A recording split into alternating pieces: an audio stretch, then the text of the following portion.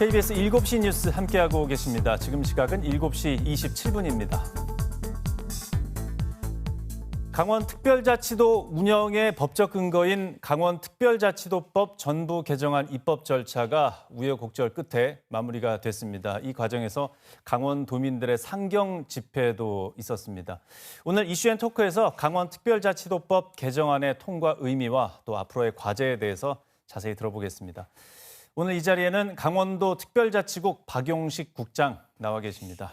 어서 오십시오. 안녕하십니까. 반갑습니다. 네. 이 법 통과가 상당히 좀 어려울 것 같다는 관측이 5월 초에 있다가 이게 우여곡절 끝에 일사천리로 또 통과가 됐습니다. 이 실무 책임자로서 이 시간이 굉장히 바쁘셨을 것 같은데 어떠셨습니까?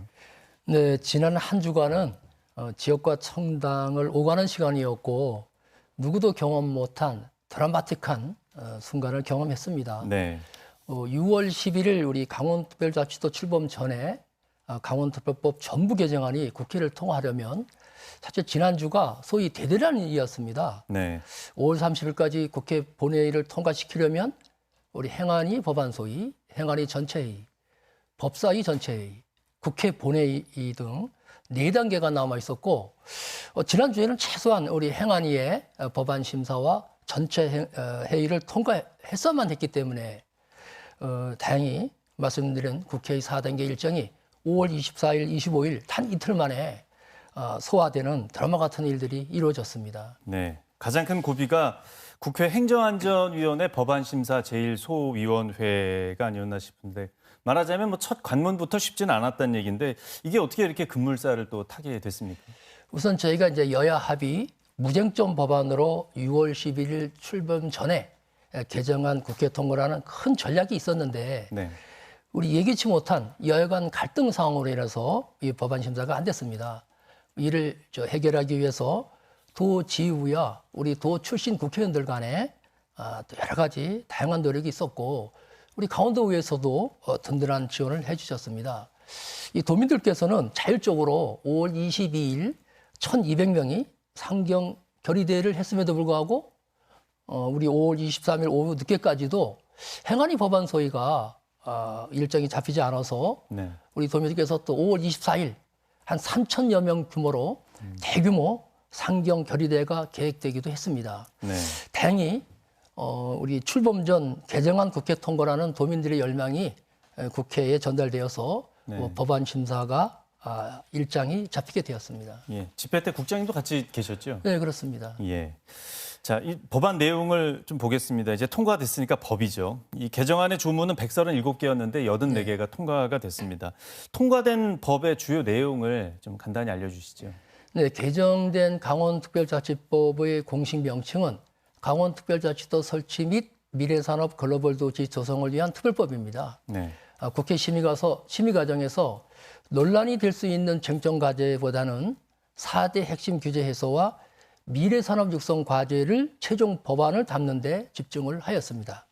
먼저 4대 핵심 규제 해소 분야를 말씀드리면 환경 분야는 전략 환경 영향 평가를 제외한 환경 영향 평가, 소규모 환경 영향 평가, 자연경관 영향 협의, 기후변화 영향 평가, 건강 영향 평가 등 5개 협의 권한을 이양받았습니다.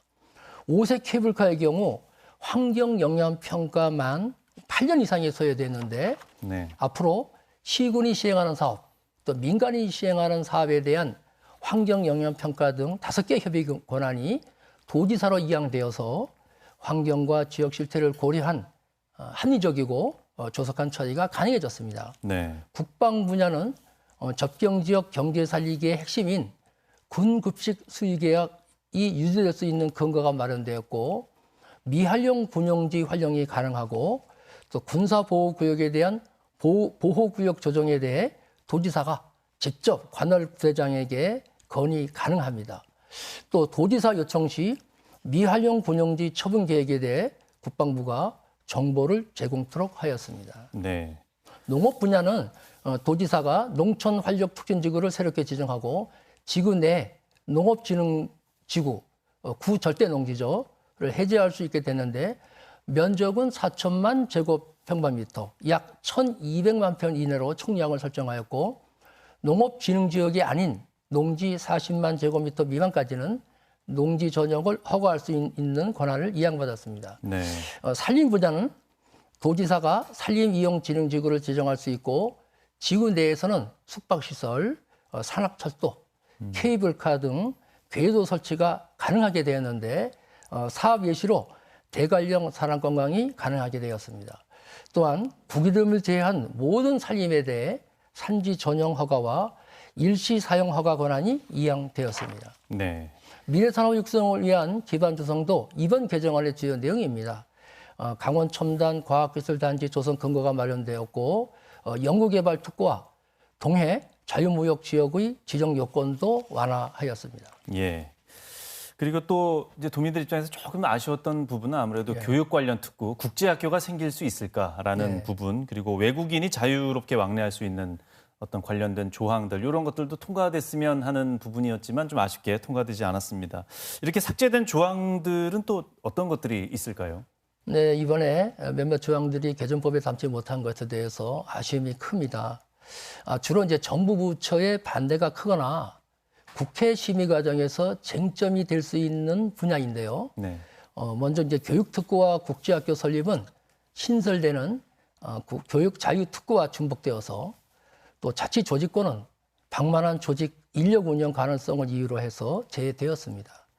이 밖에 내국인 면세점이라든지 외국인 무사증 입국, 강원과학기술원 설립 등 해당 부처 반대로 개정법에 담지 못했습니다. 네. 준비 과정은 짧았지만 그래도 성과가 많았습니다. 어떤 과제가 남아 있는지 끝으로 짧게 말씀 부탁드립니다. 우선 단계적 법률 개정을 통해서 여러 내용들을 강원특별법에 보완해 나가겠습니다. 제주특별자치도의 경우 지금까지 총 6차례 법 개정을 통해서 특별법을 보완해 왔고 네. 현재도 법을 개정 중입니다. 정부와 국회를 설득할 수 있는 논리와 타당성을 개발해서 도민 여러분들이 바라는 권한 특례를 충분히 법안에 담는 노력을 하겠습니다. 예. 저희가 좀 더 자세히 들어보고 싶지만 시간이 또 마무리할 시간이 된 것 같습니다. 6월 11일까지 국장님의 업무는 계속 바쁘실 것 같습니다. 많은 수고 부탁드립니다. 네, 고맙습니다. 감사합니다. 네.